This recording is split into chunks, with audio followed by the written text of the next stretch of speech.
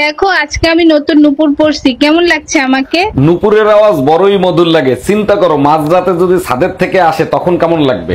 এই কি বলো তুমি এগুলা? মাঝরাতে ছাদের থেকে নুপুরের আওয়াজ শুনছো কখনো? ছাদের থেকে কখনো আওয়াজ পাই নাই, তবে বেলকনিতে গেলে পাশের বাড়ির ভাবির নুপুরের আওয়াজ মাঝে মাঝে পাই।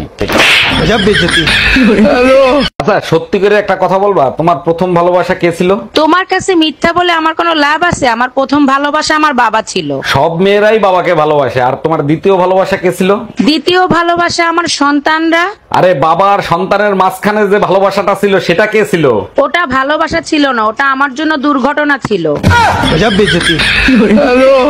হ্যালো গুগল, বউ পাল্টাতে চাচ্ছি। কিরকম মেয়ে আপনি খোঁজেন? মাথা ব্যথা হলে মাথা টিপে দিবে, গা ব্যথা হলে গা টিপে দিবে, মাঝরাতে খিদা লাগলে গরম খাবার দিবে। স্বপ্ন দেখা ভালো, কিন্তু দুঃস্বপ্ন দেখা মোটেও ভালো না।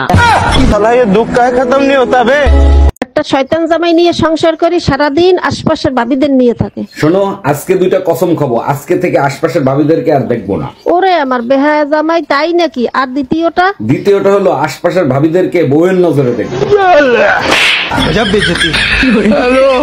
এই শুনছো, কনক দাই বুড়ো বয়সে আবার বিয়ে করছে। একদম ঠিক কাজ করছে। 90 মডেলের গাড়ি আর কত চালাবে? বুড়ো বয়সে নতুন গাড়ি চালানো সম্ভব না, তার জন্য ড্রাইভার রাখতে হবে। ড্রাইভার হিসেবে আমি কিন্তু খারাপ না, এখনো 100 স্পিডে গাড়ি চালাইতে পারি। কি বলো? আচ্ছা সত্যি করে একটা কথা বলবা, তোমার প্রথম ভালোবাসা কে ছিল? তোমার কাছে মিথ্যা বলে আমার কোনো লাভ আছে? আমার প্রথম ভালোবাসা আমার বাবা ছিল। সব মেয়েরাই বাবাকে ভালোবাসে। আর তোমার দ্বিতীয় ভালোবাসা কে ছিল? দ্বিতীয় ভালোবাসা আমার সন্তানরা। আরে বাবা আর সন্তানের মাঝখানে যে ভালোবাসাটা ছিল সেটা কে ছিল? ওটা ভালোবাসা ছিল না, ওটা আমার জন্য দুর্ঘটনা ছিল।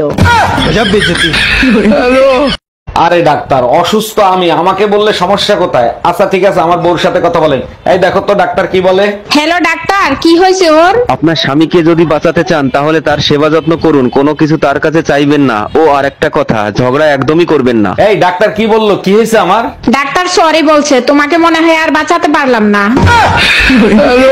কি ব্যাপার, আজকে এত তাড়াতাড়ি চলে আসলে? স্কুল কি তাড়াতাড়ি ছুটি দিছে নাকি? এই তোমার ছেলে স্কুলে আজকে কি কাজ করছে জানো? দেখো, ছেলে শুধু আমার একার না, আমাদের। এবার বলো ছেলে কি করছে? ওর কাছে জিজ্ঞেস করছে তোমার বাবা কি করে, ও বলে মায়ের কাছে মার খাওয়ার কাজ করে।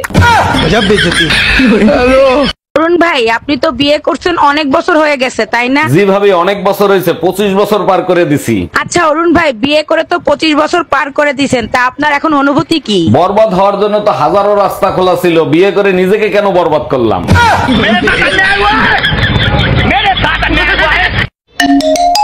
হ্যালো, এই বিকেলে মনে করে স্টেশনে আমাদেরকে নিতে এসো। আমাদের? তোমার সাথে আবার কে আসতেছে? আম্মার শরীরটা ভালো না, তাই আম্মাকে সাথে করে নিয়ে আসতেছি। তার মানে ঝড়ের সাথে বজ্রপাত হবে? বাসায় আসি তখন বুঝবা কি হবে। হ্যালো, এই তুমি আমাকে নিতে আসবা নাকি আমি একা একা চলে আসবো? একা আসতেছো মানে? তুমি না বললে তোমার ভাইয়ের সাথে আসবা? শুধু ভাই না, সাথে আমার চাচাতো বোনও আসতেছে, তাই তো তোমাকে আসতে বললাম। বলো কি, তোমার বোনও আসতেছে? আচ্ছা ঠিক আছে, আমি গাড়ি নিয়ে এক্ষুনি আসতেছি। আচ্ছা শোনো, আসার সময় আমার বোনের জন্য কিছু চকলেট নিয়ে এসো, চকলেট খেতে খুব ভালোবাসে, 5 বছরের বাচ্চা তো।